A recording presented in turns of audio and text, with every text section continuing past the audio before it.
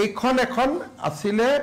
অভয়াৰণ্য এটা আপোনালোকে চাওক ইমান ডাঙৰ তামোল খেতি কৰি পেলালে অসমত কতো ইমান ডাঙৰ তামোল খেতি নাই গছ গছনি হাল সেগুন অৰণ্য আছিলে অৰণ্যখন কাটি তাত মানুহ আছে মাত্ৰ 500 ঘৰ মানুহ বহুত নাই কিন্তু মাটি পুৰা ফৰেষ্টখন তেওঁলোকে লৈ লৈছে আপোনালোকে চাওক যে তাতে কোনো দুখিয়াৰ কোনো চিনেই নাই যে মানুহক ল্যান্ডলেস মানুহ তেওঁলোকে কয় গৰাখহনীয়াৰ কাৰণে গৈছো ইয়াত কোনো গৰাখহনীয়াৰ সম্পৰ্ক নাই আপোনালোকে চাওক কি ধৰণে আমাৰ অসমীয়া মানুহ আজি কাৰো হাতত ইমান মাটি নাই উৰিয়াম ঘাট লাহৰি ঘাট আৰু ঢিঙৰ আপোনালোকে চাওক এনেকুৱা তামোলৰ বাৰী কবাত দেখিছে মানে অৰ্থনীতিটো কেনেকে দখল কৰি লৈছে আপোনালোকে নিজে চাওক আৰু গোটেইখন তামোলৰ বাৰী হাজাৰ হাজাৰ বিঘা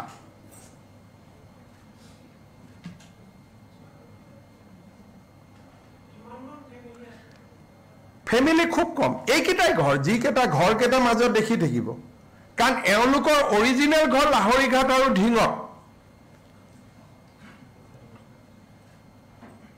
এইটো সব গোটেই তামোলৰ বাৰী মই যিমান দেখুৱাই আছো মানুহটো আপুনি নাপায়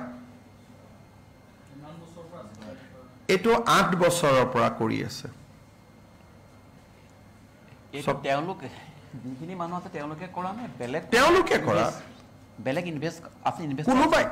এতিয়া চাওক এইটো ইয়াতে যিবিলাক মানুহে লৈ আহে তেওঁলোকৰ চলে এটা মাতব্বৰ সিস্টেম এজন মালিক থাকে আৰু মালিকৰ আন্ডাৰত মানুহ কেজন থাকে কিন্তু যেতিয়া লাহে লাহে তেওঁলোক ভোটাৰ হৈ যায় এমএলএ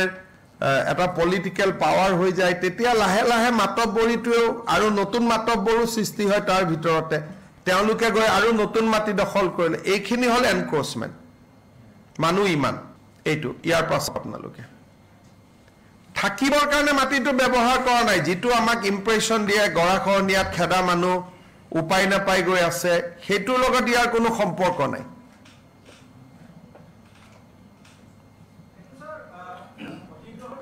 অধিগ্ৰহণ কেনেকৈ কৰিব এতিয়া মাটি মালিকৰ পৰাহে অধিগ্ৰহণ কৰে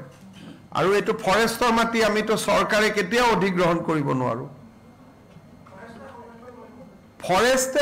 নিজৰ মাটি কাৰ পৰা অধিগ্ৰহণ কৰিব তামোল খেনে ৰাখিলেতো বাকি মানুহ আহিয়ে থাকিব ফৰেষ্টত তামোল থাকিব নোৱাৰে না ফৰেষ্টত হাল সেগুন ফৰেষ্টত এতিয়াতো এটোতো আপুনি আৰু তাতে তামোল ৰাখিলে তাৰ মালিক কোন হ'ব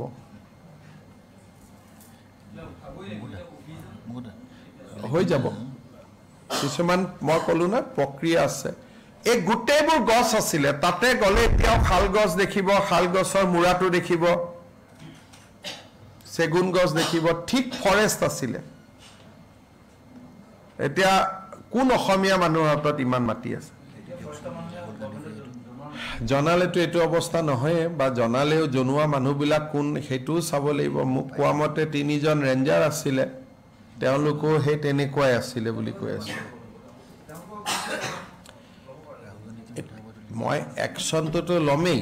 সেইকাৰণেতো মই মুখ্যমন্ত্ৰী হৈছো হেতু আপোনালোকক দেখুৱাইছো কি আগত কোনবা মুখ্যমন্ত্ৰী দেখুৱাইছিলে নেকি মইতো দেখুৱাইছো আপোনালোক আহিব এভিকচনৰ দিনা আমি একশনো লম আপোনালোকে একশনো দেখা পাব কনসাৰ্ন অফিচাৰ কেজনকো লৈ দিম কি আছে হেতু লগত কোনো কথা নাই কথাটো হল যে অসমৰ পৰিবেশটো এনেকুৱা আৰু এনেকুৱা টোটাল মাটিটো মই কৈছোৱে যে